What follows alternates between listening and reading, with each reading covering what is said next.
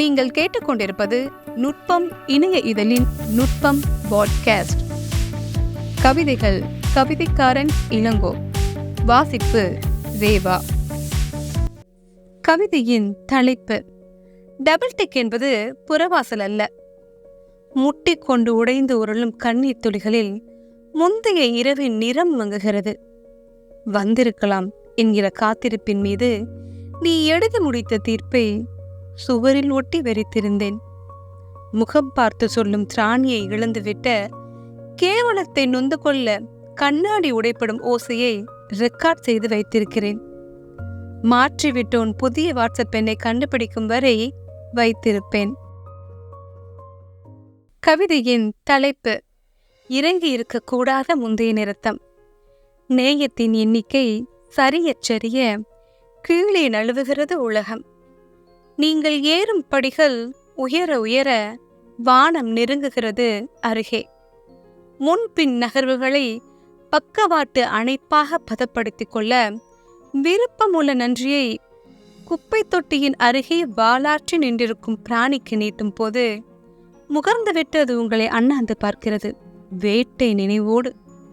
தருணங்கள் பற்றிய யோசனைகளற்று எரியும் பகலில் பசியை கடந்து உட்கார்ந்து கொள்ளும் பாதையோரம் எண்ணிக்கை சரிய சரிய நழுவுகிறது கீழுலகம். கவிதையின் தலைப்பு. கனவை விட்டுவிடுங்கள், அவை மறதிக்கு அப்பாற்பட்டவை. ஓர் இலை உதிர்ந்து விட்ட போது அதன் அருகில் ஒரு சொல்லை துணைக்கு வைத்தேன். வெள்ள தன் பச்சை மிளக்க தொடங்கிய சொல்லின் நரம்புகள் முதலில் புடைத்தன, மௌனம் வெளிர.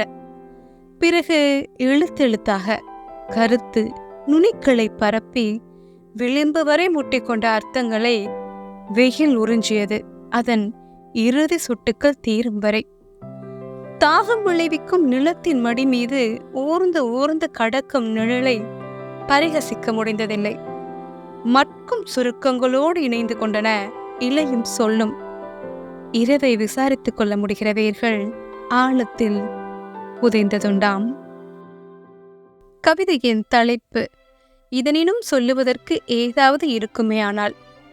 வெகு தூரம் பயணித்தடைந்த மாறுதல்கள் தம் முகவரியை ஏனோ இன்னும் மாற்றிக்கொள்வதில்லை. ஒரு நம்பிக்கையின் கதவு திறந்தே கிடக்கும் போதும் அகழ விரிந்த கைகள் ஏனோ வரவேற்க மறுக்கின்றன. நடுகாலில் வீற்றிருக்கும் அமைதியை தனிமையில் தோய்த்து கடைவாயில் அதக்கிக் கொள்ளும் போது ஏனோ இரவு முகம் சுளிக்கிறது. புகார்களை குறித்து விவாதிப்பதற்கு ஏற்ற மதுவை பழைய நிலவரையிலிருந்து ஏனோ நாம் தருவித்துக் கொள்வதில்லை. புலன்களின் சாயல்களிடமிருந்து தப்பித்தோடுவதற்கு நுழையும் அலமாரிக்குள் ஏனோ பழைய முகமூடிகள் அகப்படாமல் போக்கு காட்டுகின்றன.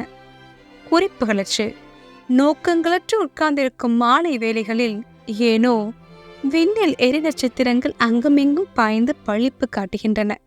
அத்தனைக்கு பிறகும் ஒரு குற்ற உணர்வின் கவர்ச்சியை துடைத்துக் கொள்வதற்கு ஏனோ மனம் இசைவதில்லை.